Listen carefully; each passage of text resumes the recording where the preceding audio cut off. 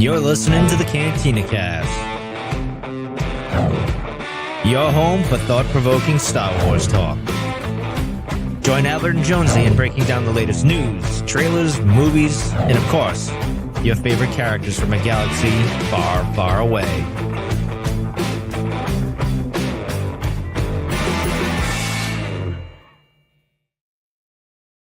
Hello, everyone. Welcome to the Cantina Cast. My name is Albert Padilla, and this is episode 583, our Battle of Jakku, Insurgency Rising, issue number 3, coverage, breakdown.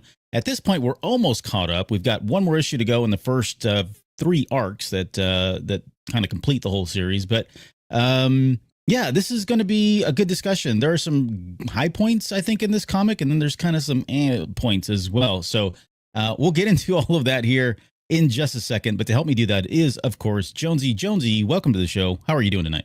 I'm doing fantastic. Yeah, this has been an interesting series to kind of review and read over. So it'll be fun to get through this one, and we'll of course wrap this up a little bit later this week too. But how are you tonight? I'm good. I'm actually really good. I'm excited to. I am excited to talk about this one, but I'm probably more excited about the Patreon show we have coming out after this because I've got like 10 pages of notes. So that'll probably be like a 2-hour show.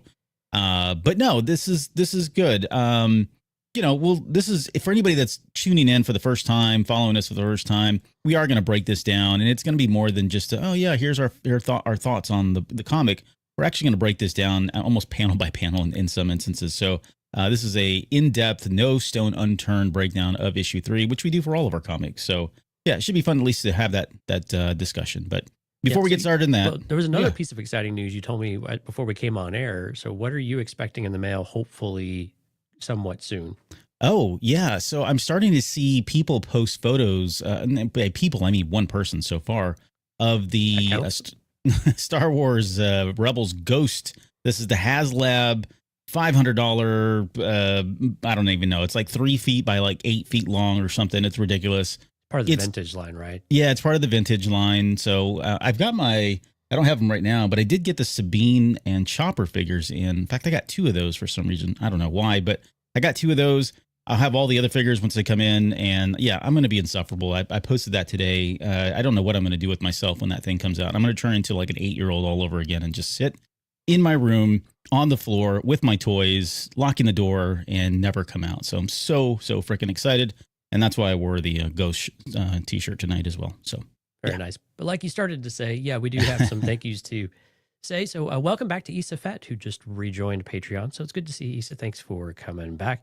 And of course, all of our Patreon members, cantinacast.com/Patreon. If you're curious, once, like Albert said, we are finishing up our A New Hope, the television series breakdown. So just kind of an excuse to break down Star Wars A New Hope because we haven't done it before.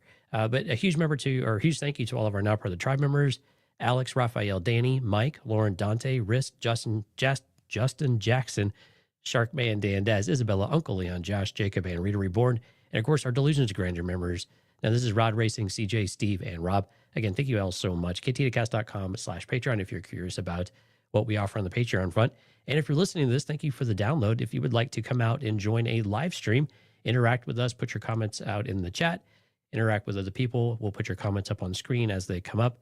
We would enjoy if you did that. KTDcast.com/YouTube. You could be like one of these amazing people already in the chat. Steph, Matthew, and Alex. We see you folks there in the background. We hope you will come out and say hello, and we'll come back at the end of the show and chat everybody again. Yeah. Again, Patreon after this, episode 6 of A New Hope, the television series. This is pretty much going to be the entire attack on the Death Star, which is a lot of fun. There's so many great things and so many moments in there. So many quotable lines. I find myself, like when I'm taking notes, I generally don't write down like every single line of dialogue, but it was just like I couldn't stop. There were so many things that I wanted to talk about. And by the way, Jonesy, we are going to spend some time talking about why Chewbacca did not get a medal. Oh. And I want to go through my own recollection of that history as in live, like not in live time, like, over the years, there's always been so many debates and so many things that have changed. And it's hard. I think it is kind of hard to keep up with, but I am going to talk about a lot of that. So hopefully, if you've ever wondered why Chewbacca didn't get a medal, I'll give you everybody's perspective from George Lucas to Peter Mayhew to the comic books to Legends. I've got it all. I'm ready to go. This is my moment. Wow. I've been waiting this for my whole life now. It's like half an hour all by itself. Yeah, I mean, I blocked out 30 minutes just for that alone. But on top of that, so this Wednesday we'll come back and wrap the first arc up of the Battle of Jakku, which is this Insurgency Rising. That'll be issue number 4. And then next week, Sunday, we've got at least now just planned. We're going to talk about we're going to break down the music by John Williams. So that's the documentary that just came out, I don't know, a week ago at this point. Not even probably that, but yeah, November 1st. Yeah. So it's been like a week and a half. Yeah, exactly. And by the way, as of this recording, almost like as we about to come on air here, it just won the Critics' Choice Award for Best Music Documentary. So I don't know how many categories they have for documentaries, but nonetheless, I don't want to short that documentary by any means, but congratulations to everyone that was behind that. That's going to be super fun to talk about. And you and I talk about the music a lot, I think, when we break down anything really. Even when there's not John Williams music, we talk about, man, there should be John Williams music in here at times. So that should be a really, really fun discussion. That'll be an exclusive Patreon show next Sunday as well. So anything else? I think that's about all of the business. If not, let's get into it. Give me your opening thoughts. No, I don't want to steal your thunder. Give me your opening thoughts on how you felt like this issue number 3 did with Insurgency Rising here. You know, it's kind of like what you said last week. It feels like it's really rushed, and it feels like we have situations with characters just showing up and a lot of convenience going on, unfortunately. So it's falling short for me. It's already kind of falling apart. And when I took a step back, it just feels like there's a lot left on the cutting room floor.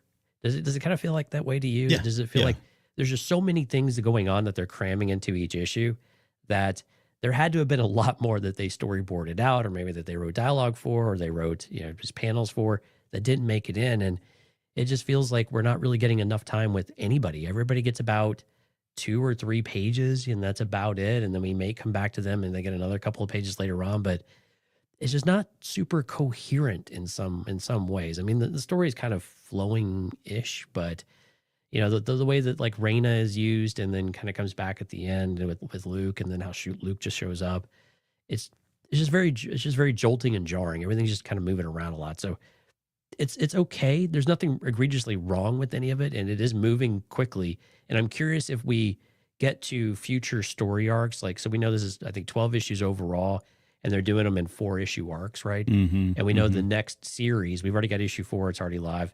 And the next issue will release, I think, November 20th. So we're going to start getting that. So I'm wondering if they're laying breadcrumbs and seeds that they'll kind of come back to, and that's why they needed to throw so much at us without really developing a lot of it. And maybe they're just like these little seedlings that'll grow a little bit later on. But it's a little, for as excited as we were for a post Return of the Jedi era, unfortunately, it's falling a little bit short just because of the really hurried nature of it so far. Yeah, and I agree. Like, it does feel a little bit choppy. It feels like, this could have probably been at 6 issues. I don't know if that's enough. Again, I hate to even like speculate on how, what was the right number, because I don't know the whole story and exactly what was out there. But there are parts where it does feel like, we don't spend enough time with some characters, and there's some things you just kind of have to take and go with because they're moving right along, and you got to take it at face value. And that's not uncommon with comics, but it does beg the question of, were they kind of shoehorned into 12 issues, like was the original pitch for 24, and they're like, no, we can't do that. It's too long. And so they've had to find a way to condense it. And so we're seeing that now, right? Feeling that as we're trying to read through some of this stuff. And then some of like the surprises that you would think like could have a potential big impact or not, or don't, I guess is really where it's at. They don't really have the big payoffs here and there, but nonetheless, I mean, I think it's fine. Like you said, there's nothing egregious, but given where we started with the first issue, and then by the time we got to the second issue and we're like, holy crap, this thing's going to be amazing. It does kind of, falter just a little bit here. And then by the time we get to issue 4, I don't want to take anything away from that because we'll break it down, like I said, this Wednesday, but it does feel like this one kind of flamed out. Now, I will say by the end of this arc, you kind of understand like what the whole point of the first arc was. Exactly. And I think that in itself is kind of exciting. It could be potentially exciting. There's some potential there for it to be exciting. But yeah, this one wasn't always a hit for me. I like the end, and we'll talk more about that, but for obvious reasons. So yeah, it does feel like they had to set up a lot of things that maybe are we'll see when we get to the next arc. But I don't know. It's just a lot of things to kind of get through up front. It's almost like they had to throw in some action, even though maybe the action wasn't necessarily as necessary in some ways, and we could have built more story and some of that from a different perspective on that. But we'll start getting through it here, and people can do that. There are some really cool art panels. I think like the Luke Skywalker in the shadows was a really interesting take on Luke, and we'll talk through a little bit of that, but that was actually kind of unique and interesting there. So there are moments in here that are, worth talking about and kind of interesting to pick up too. Yeah. I do want to add this one last thing as well. You had mentioned it, and I want to kind of reinforce it or just echo it. Possibly some of what the choppiness that we're seeing and feeling, we might be able to kind of forgive some of that by the time we get into the second arc, and maybe by the third arc, and maybe by the entire, the time the series is over. All of that may be forgiven. It's just really hard to tell why some of these decisions and why some of these reveals are happening at the pace that they're happening at, right? It feels like you're focused on it. It doesn't pay off, and you're like, okay, well, that kind of stunk. But, maybe there's something a little bit later down the road here. So I do want to give it the benefit of the doubt, but right now it just feels kind of, it's questionable at this point. So, all right, enough of that. Usually where some of the, one last thing. Usually where the miniseries are more successful, when we've seen miniseries do well, is they actually take more of a specific type of thing. Like they wanted, like Kylo Ren, right? They're trying to develop the actual character, give you the backstory, walk through a storyline specific to that in a journey, rather than having to encompass a whole galaxy in 4 issues. Mm-hmm. And so I think from a miniseries perspective, usually we do 4, maybe 5. Usually I like 5. I think that's usually a pretty good number. And try to cram all of that in 4, but with multiple stories going on and a lot of having to make really decisions and everybody be in the right place at the right time. Yeah. I think is what's really hurting this one. It was a little too ambitious for the number of pages we have available and the number of issues that we have. So it's no slight on Alex Segura or anybody else. I think it's just the scenario that they presented with this with Marvel. And by the way, thanks to Marvel for sending this to us. They did send us an advanced reader copy. So thank y'all for doing that so we could, analyze this and be a little bit critical too. But we do appreciate that. Yeah, those guys are really good. They're great to work with. So thank you. Okay, let's get into issue number 3. So we're going to pick up exactly, of course, where we left off. And so when we last left off, we were in the Anoat sector. They had already sent they haven't really given these guys a name outside of like the New Republic Task Force, or, what have you been calling them in your head? I've just been calling like a New Republic Strike Force, basically. Strike Force. Okay. Yeah. Although they haven't really struck anything. They're more of they're supposed to, okay. So we'll talk about that in a second, because that does play into exactly what happens in this comic. If you don't know, if you haven't heard already, you don't remember, they put together this task force. They've got Teresa Allerin, Kes Dameron, who's Poe's father, Jarek Yeager from Star Wars Resistance, and Rin Zanat, who was a rebel pilot that was captured and got away and is now joined forces. And these were all handpicked by Leia, right, to kind of go in.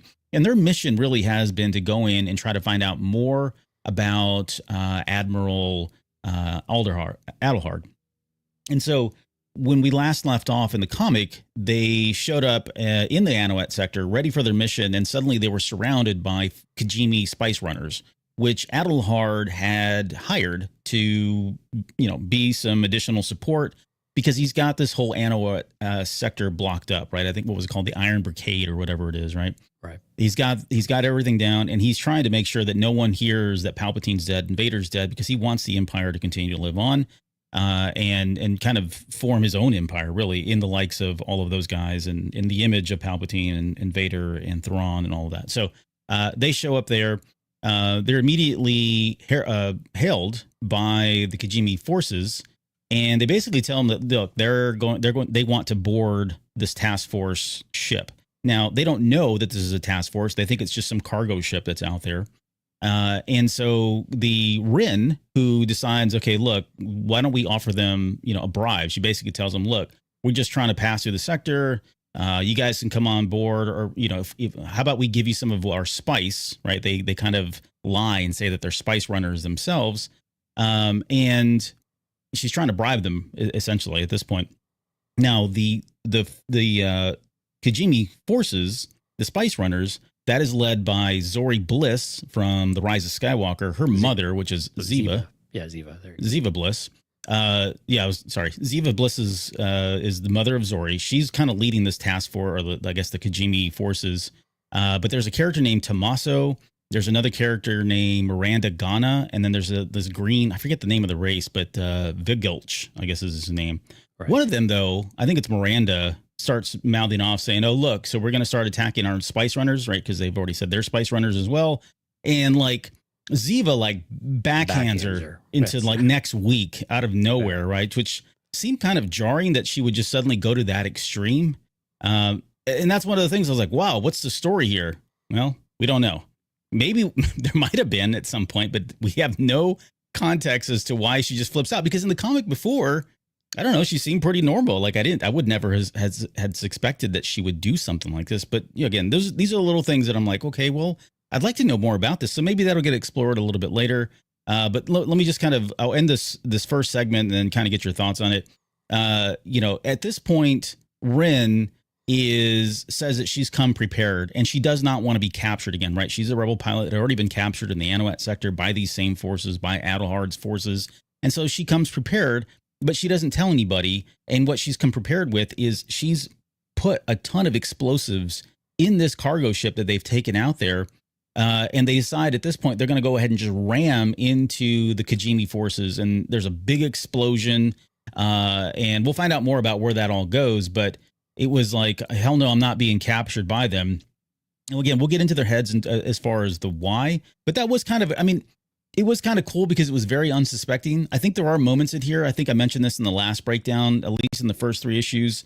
There are some things that subvert our expectations, you know, things that we wouldn't expect, which is kind of fun. But they just move so quickly that it's hard to really kind of truly appreciate what's happening. It just feels sometimes a little chaotic. And this is what this felt like in some regards. But I guess your thoughts on the opening segment here and leading up into the big, big explosion with all the ships. Yeah, to your point about Ziva Bliss, you know, before when they were walking out, she kind of invited dissension, like in that contrary opinion, to make sure it's all balanced, right? That's why she keeps certain people around. But clearly with, what's her name, Miranda, like she doesn't want to be questioned because I think Ziva's already made a decision, right? She goes, no, this is trickery. It's a lie. And so she's already made up her mind and she knows exactly what it is. And then she is talked back to, or orders were somewhat disobeyed, I guess, in that respect. So yeah, I guess that's the cold backhand of the law on that ship. But I was a little surprised. Of course, you don't really understand what's her name? Zen? Is that her name? Who, Ziva? No, the rebel pilot. Ren Zenat. Sorry, yeah, Ren Zena, yeah. So Ren, it's not really clear what was going on, that she came prepared. She wasn't ever going to be captured again. She's already been here. She was going to make sure that, you know, whatever it was, that she could handle it. I don't know if strapping a bunch of explosives to my ship would be the answer and not tell anybody, because that just part kind of, I don't know, that left me a little confused. So everybody seems to see and they're like, oh, okay. And again, at the end of the day, it turns out to be a bit of a diversion, right? So they don't really explain how they escape after doing what they're going to do, you know? And so to your point, this is where things get a little, like they just kind of jump ahead into some areas. And we see, so the next part that comes, just to stop beating around the bush, they basically just start ramming through. They put the pirates don't buy it, right? So the spice runners don't buy any of the stuff. They're going to close in. They're like, we're going to fire upon you. So they just decide to ram the ship directly into the blockade. And of course that starts tearing everything up and destroying it. And they assume that whoever these people were, you know, have died. Right. So that's kind of where it goes. And it was all a little bit, like you said, a little subverting expectations a little bit, but also just totally, I don't know, surprising for rebels to just kind of crash in with a bunch of explosives and then somehow a little, like a page later, mysteriously be alive and okay. Yeah. Later on, there is one line where they said there's an escape pod, and that's the only context that you get. Oh, so I missed that part. Okay. Oh yeah. No, I had to read it about 2 or 3 times before I caught it, but it's Cass Dameron who says it. We'll table that. We'll come back to it in a second, because it is an interesting conversation. And I think there's a reason why Alex Segura put that in there. And it feels like on the nose once you think about it, but more on that in a second. Okay. We cut over to Chandrilla, and this is now the provisional home to the New Republic, of course. And we meet up with Calder. I think he was a character they showed briefly in the last issue, but he's on a holo speaking to somebody named Troon Busel, who's like again, this is another one of these characters where like they're having a conversation, they're dropping names, but you don't see the face. and he's on a holo, and you can see only his back, and then he disappears, and then you don't ever hear from him again in this issue nor in the next issue. So, like, and the conversation almost feels like it's meaningless.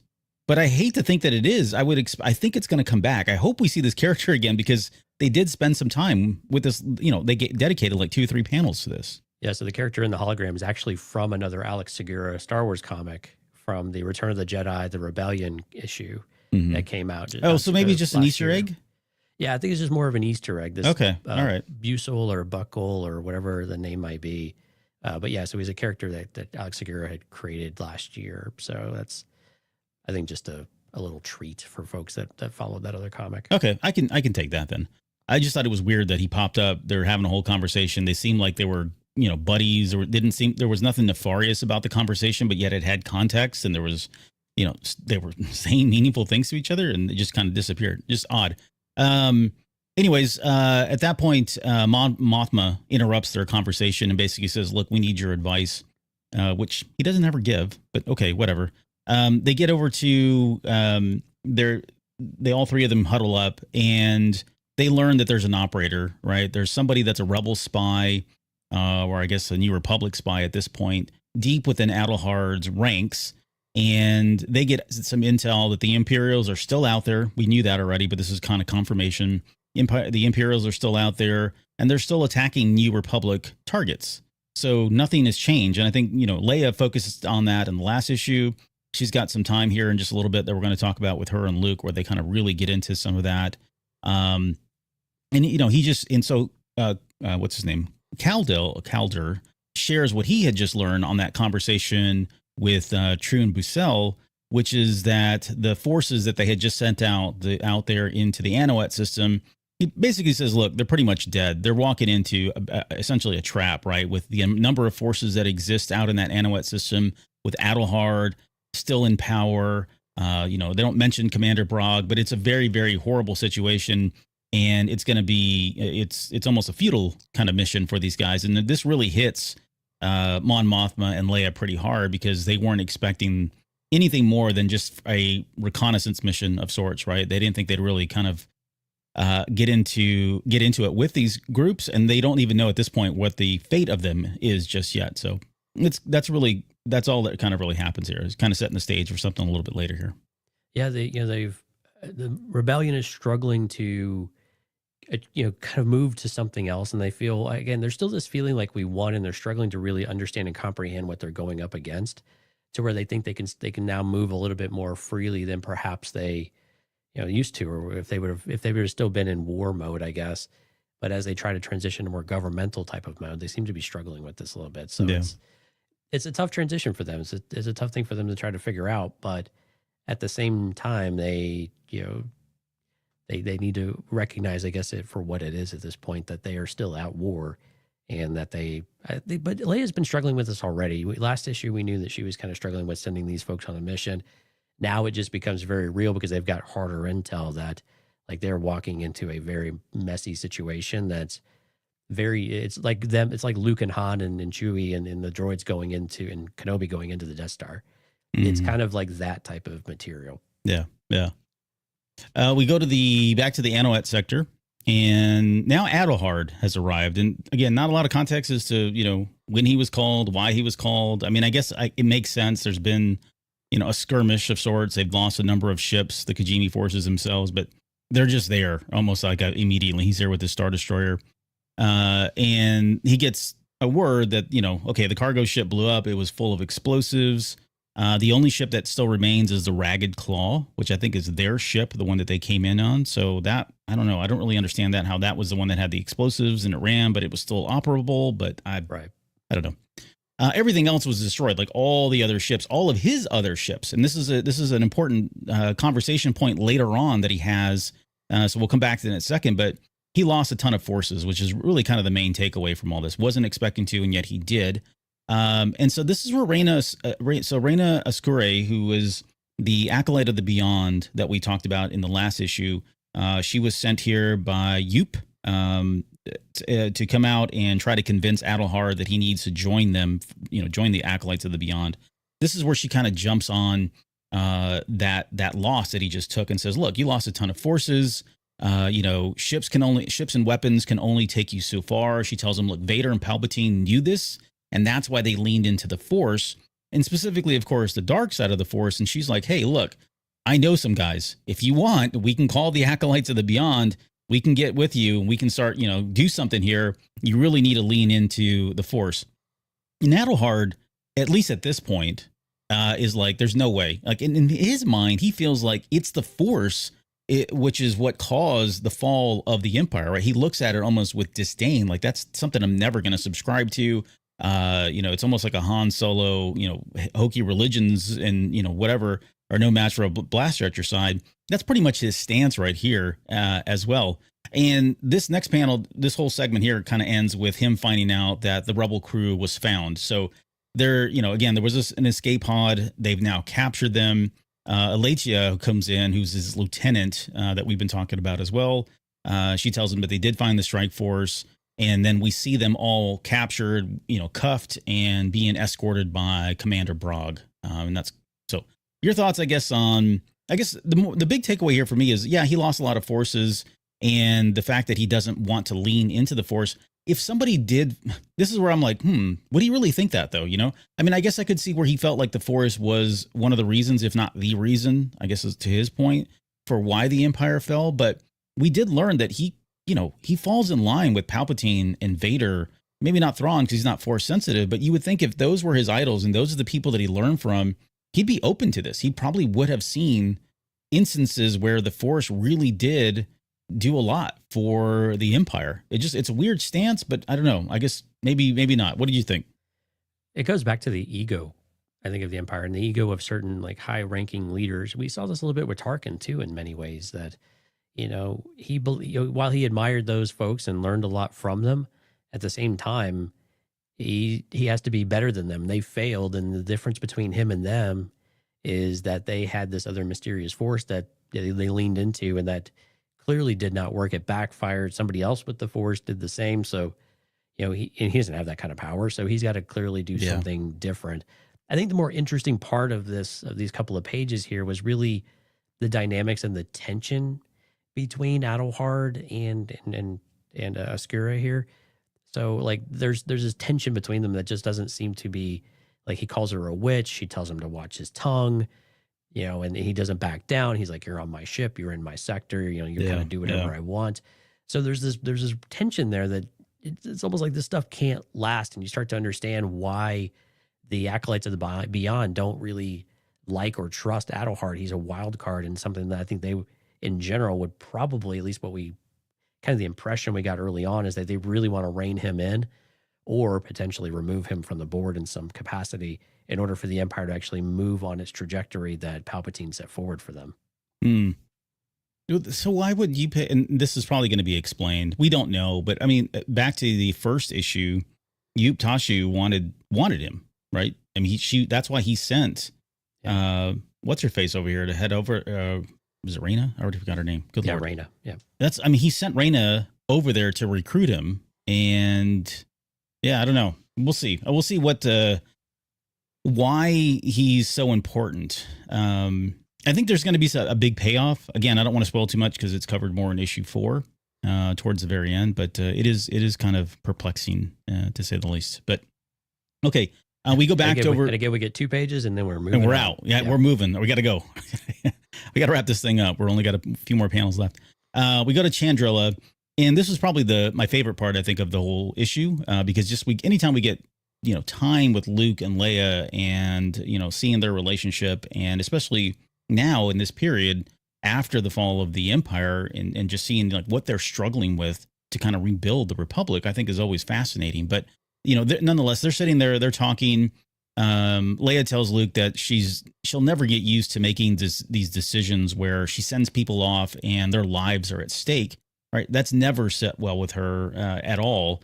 And again, she's still reeling by the fact that she may have sent this task force out there, and they could be dead at this point. And Luke kind of comforts her and says, "Look, soon this will all be over, right? This is going to pass."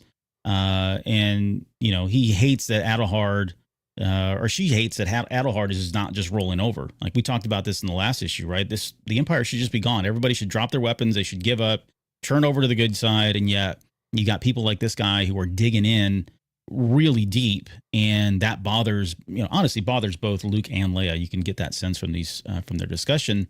But then Luke offers some, words of hope. I'll read these and I just kind of want your thoughts on the conversation, anything else that you want to add into it. But he says, even in complete darkness, we just need to look.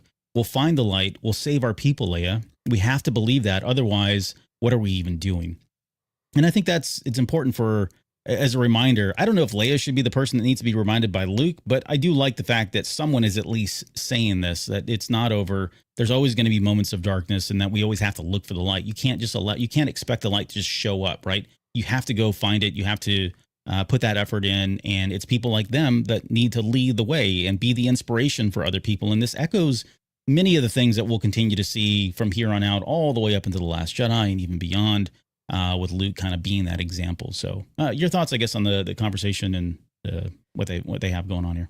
What you just said is, I think, probably why I'm not having as positive a feeling about these interactions, is that Luke is having to remind Leia of this. Leia is the epitome of all of this stuff. That she's having a weaker moment and is having a little bit of doubt, and is, frankly, just probably burned out at this point, right? Because she's been fighting this fight for so long, and you think you achieved something, you think you won, and then you're still having to fight even harder and again, right? In different ways, once you've thought you could actually relax, has got to be really frustrating. But at the same time, to come from Luke, and Luke, quite honestly, in this series so far, is coming across as a little bit like very pious and very like can do no wrong, golden boy. Like it's being laid on a little bit thick for me. Like there's a part of me is like, okay, this is definitely Luke Skywalker, and I like this aspect of Luke, but it's also annoying at some point, right? Of like, Luke is just so can't do anything wrong, almost like, I don't want to say Mary Sue, but that type of thing where he just doesn't ever do anything wrong. It seems like he's always got the answer, even if it's in a riddle like Yoda or something like that. And again, the interaction with Leia, while I like the interaction, and I think it's a good interaction, I like that Leia feels comfortable with Luke to be able to let her guard down, I think, and have these moments that she's not really able to have with other people. I think maybe even with Han, and of course Han's gone with Chewie. But while I like that part, and it's okay that Luke reminds her, it's getting a little repetitious, and then it ends up happening again with Luke, in the next issue as well. So it's kind of a repeating theme here for Luke again, which is in character, but also let's have Luke not have all the answers quite yet too. Yeah. And I want to reemphasize something I said.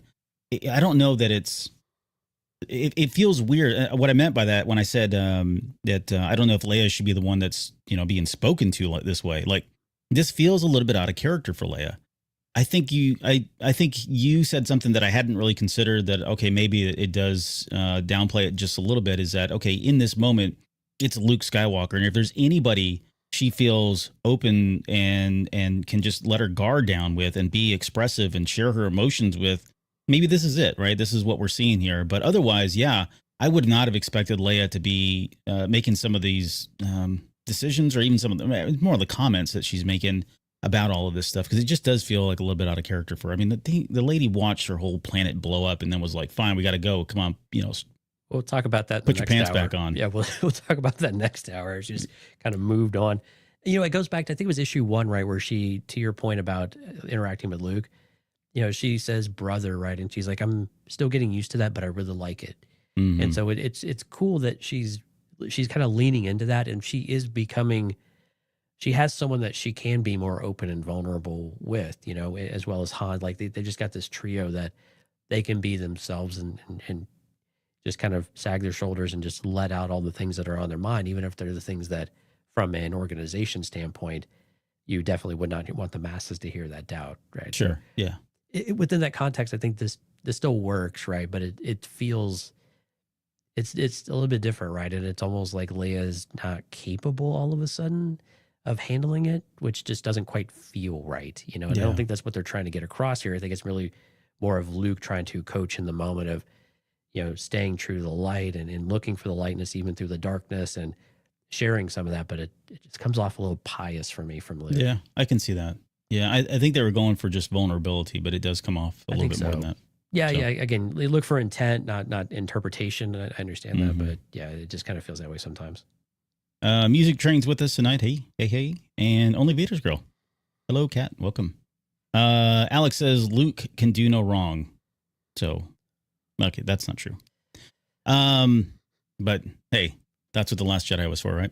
Right. Okay, let's get into the final piece here. So we're back on the brig of Adelhard's Star Destroyer. So they've been captured, and this is where we get the going back to that conversation of all the things that are happening without everybody else knowing. And so Kes Dameron is the one that speaks up about this, right? He's upset that Zena and Teresa haven't been honest about a lot of stuff. They've been keeping some of this information to themselves, particularly that the ship was full of explosives, that they rammed the ship. That was a big surprise to him.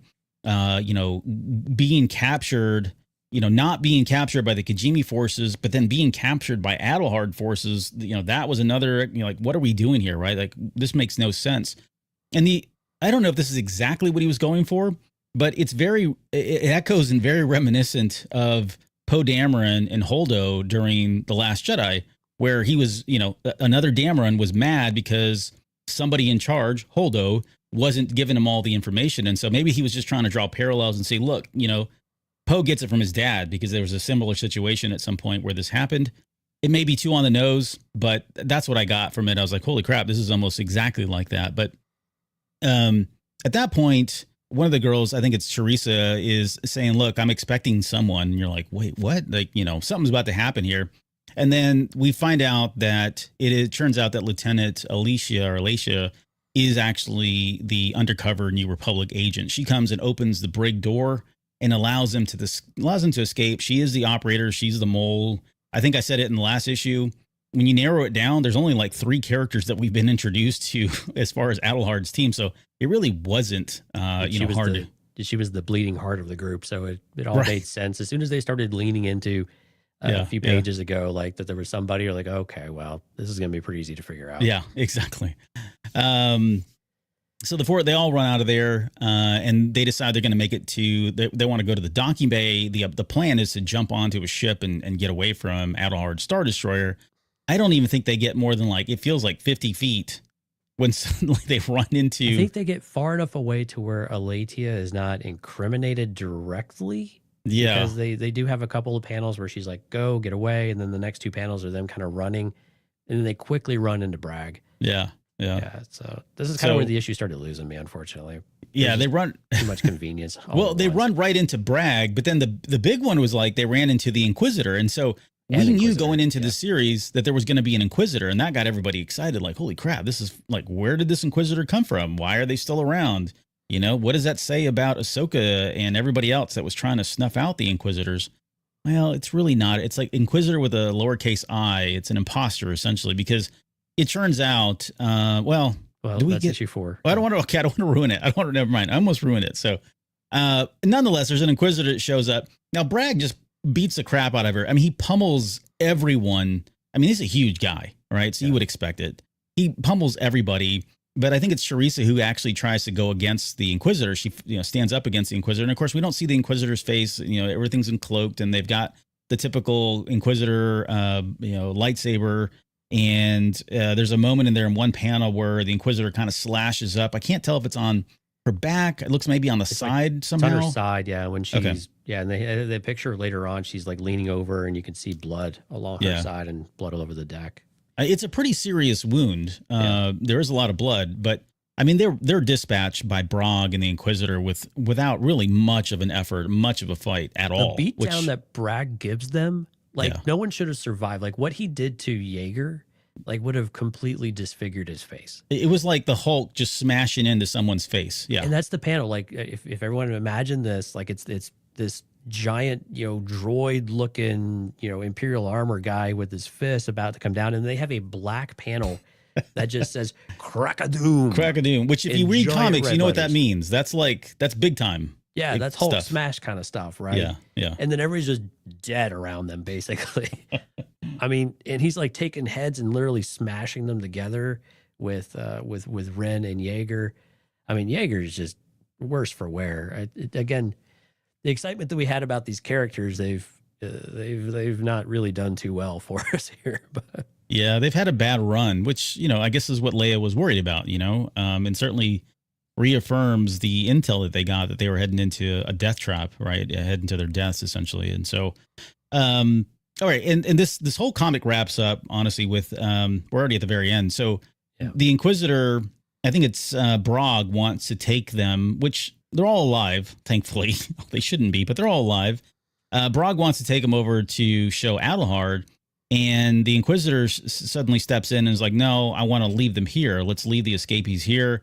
They go on to say the true power of the Force and of the dark side, the power only a select few dare challenge, right?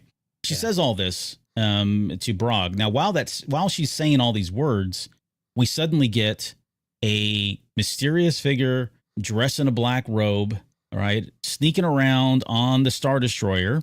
We don't know where this came from. We never saw it coming. And they're kind of sneaking around. And at some point they sneak up right behind like two stormtroopers, and they pull out their lightsaber. And there's no mistaking whose lightsaber this is. When you first see it, suddenly it ignites. It's ignited green. And of course, it's nonetheless none other than, I should say, Luke Skywalker. So somehow he's made it onto this Star Destroyer unseen. Into the system, undetected, onto the Star Destroyer, completely undetected again. Yeah. And I mean, it sounds like Reyna has sensed him. I think that's what we got from the previous page. And then literally what Albert just described with Luke Skywalker is one page. One page. Yeah. That's just you talk about just coming out of nowhere. And then the next page is just a nice big full page of Luke kind of unveiling himself and, and waxing more poetic type stuff. Yeah, he says, I can see through you, through the darkness and into the light, right? Referencing the speech that he gave to Leia earlier on about going and finding the light. So it's Alex is laughing. He says, Luke is that good. I mean, he is. I'm not gonna take anything away from Luke, but it feels like there should be some explanation of him just sneaking onto a Star Destroyer like that. I mean, it doesn't seem like something anybody could just do. Even Luke Skywalker, not without some detection, or I don't know, maybe not. We're usually pretty apologetic about this kind of stuff. Yeah, we've been called apologists before many times. We are struggling with this one though, because I mean, Luke and Leia are talking. They know that they're in really deep doo-doo in the poodoo, and they're in the brig. It didn't seem like they're in the brig that long, but maybe they were in the brig longer. Time passes weird in comics. I get that. And then Luke just all of a sudden shows up. This is what I was saying at the top of the show. It just feels like there was a ton of stuff left on the cutting room floor because of time and how much time they needed to have, because they just had kind of too many stories all at once. They were trying to fit all in. And then it seems like the narrative was like, we have to have Luke Skywalker come in and be the hero and save the day and be the guiding light for the New Republic and things like that. Is kind of what it feels like it's kind of going towards, right? Which generally I'm okay. I'm of that generation where I'm like, okay, well, that Luke would be that kind of guiding principle, or that that figurehead for a lot of that stuff. Makes a lot of sense, even though Leia is definitely the figurehead of the government and actually doing the work. Luke is kind of that light, right? He's like the Avar Chris of sorts, boots on the ground, but kind of pursuing that path. But it just seems like we've had to maneuver through all of this so quickly that it's just whiplash. Every 2 pages, literally, you get 2 pages of content, maybe a half of a third, and then you're moving on to the next, scene, basically. And so it's just really hard to follow. And I mean, it's not hard to follow, but it's hard to just believe any of it. And we usually suspend a lot of belief around here, but this one started to lose me. This is just a little too fast. It feels like we're just trying to push all of this through. And then when we get to issue 4, you have to, when I'm going to end the arc, the payday has to be there. And if it's not there, then all of this other stuff feels a little more difficult to stay on board with, right? So we'll kind of give you our opinion on issue 4 here in the coming week. But when you move this quick, you've got to have something that's going to say, this is why we were moving so fast. And we'll debate whether we got that or not. Yeah. And I do, the scenes here on this page are really cool though. Like so just to describe what I was trying to say, they have Luke in the cloak, but his face is completely black with like little white ice slits. So it's very different for Luke Skywalker. It's very almost sinister looking. And then you just see the green lightsaber. So the imagery is actually kind of really cool with, it's all kind of black and white except for Luke's lightsaber, which is brilliant green, which is absolutely fantastic. So imagery wise, it's really cool and it works, but some of the dialogue's kind of a little bit rough here too. But Anyways, just really quick and out of nowhere. Do you think that was? I don't know. I struggle because I don't really know. We don't really know a lot about where Luke Skywalker's head is at this point either. Like, and I don't know if that's. I'm not saying that's a fault of the comic as much as it is we just don't have a lot of context because we're in a lot of uncharted territory. With the almost immediately right after the fall of the Empire, but for him to forget how he got there, but him walking in and coming up behind these two unsuspecting stormtroopers who weren't doing anything. It sounds like they were just sitting there talking about where do you want to eat today for lunch? And suddenly he just rips them in half, like with his lightsaber. I mean, they don't show it, but I mean, they show them fall. If I remember correctly, I think you're looking at the panels. I don't have them up, but it feels like he just cuts them in half with the lightsaber. Yeah. And again, that sinister black figure mask or, face with the white, it looks very sinister. And yeah, he just slashes right through them. And then the next scene, he's talking about the light again, just casually. Right, yeah. It's like inconsistent. It just doesn't make. And again, they're the bad guys. I get that. And they were going to fire on him probably anyway. But if you're going to call Han Solo a murderer, then we got Luke Skywalker here, trailing in second place. So, I don't know. What up says he Elzard them effectively. Yeah, but not down the middle. It was horizontal more than vertical. Yeah, it was more of a cross cut this time. Yeah, so he's not that vicious. Come on, man. I'm just kidding. He thought they were dirge. They just grow back together. Yeah, they'll just merge right back in. So yeah, that's how it ends. And he looks, like you said, that I really hadn't considered that he just seems like, haha, I'm the good guy again after he murdered these two stormtroopers. And we'll find out more about where all this is going. And I mean, part of the problem, and I'll say this again next issue, here, trust me, probably a few times. The part of the problem is we've talked about with Luke Skywalker. I think when we covered the Mando season 2 finale, right? It's just that Superman complex. It's hard to write Luke Skywalker into anything because he's so dang powerful. And yeah, maybe he's powerful enough to board a Star Destroyer, but then, what makes it compelling at that point? What do you really challenge him with? And I think that's where issue 4 does kind of fall. It doesn't get any better until the very end, I think. And the very end gets better only because there's potential there for it to keep going, right? I can't say whether or not it's going to pay off just yet, but I get it. It is a challenge to write Luke Skywalker. We kind of see it here because I don't know what you would do with him, and you got to have him make an entrance. I don't know if this was the best entrance, but we'll see more about what he does and why he's there and how he contends with this Star Destroyer and all of that in the final issue here. But I don't know. I got some opinions there too about whether or not this was really the best use of Luke Skywalker and if these were things that he would do.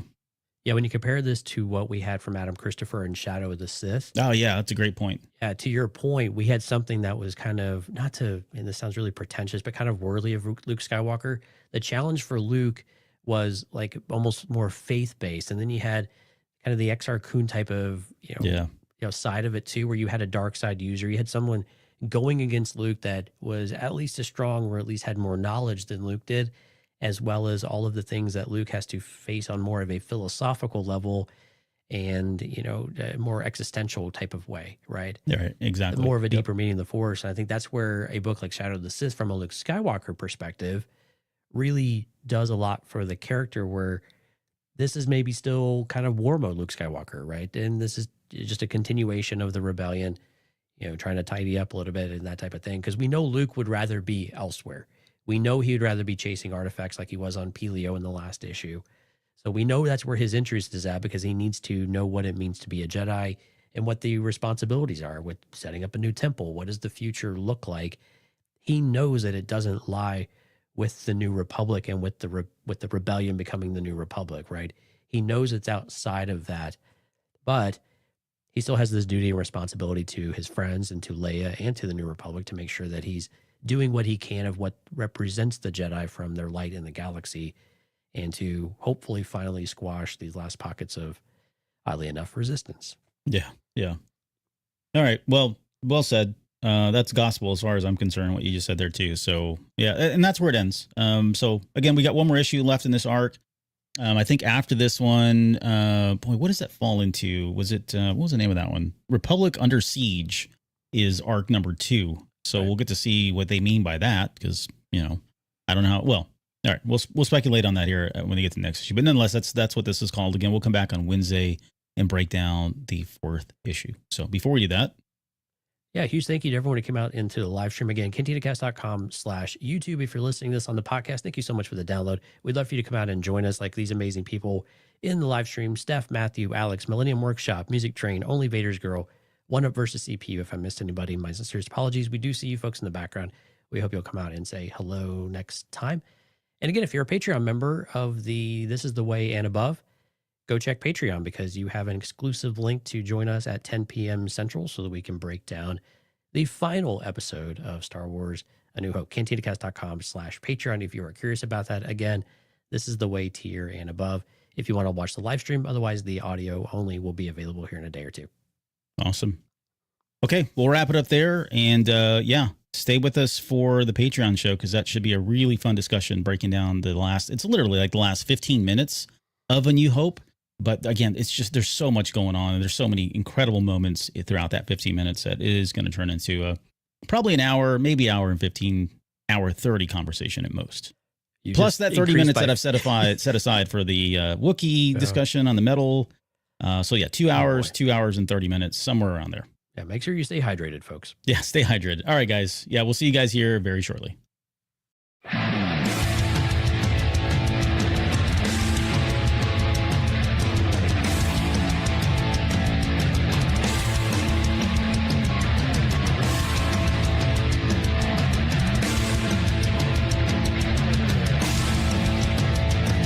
You're still listening? Wow, that's amazing. Well, I'm here to give you the disclaimer. Normally we do a big, long, drawn-out disclaimer thing saying what's what and who's what and all that other stuff, but I think you guys kind of know that Lucasfilm and Disney have no affiliation with us at all, and we have none with them. We talk about Star Wars, which is their property and all that other good, fun stuff, but I think you can tell which is our stuff and which is their stuff. If you can't, well, then send a lawyer to send an email to me, and I'll be glad to chat with them. Other than that, you know what's what, so that's your disclaimer.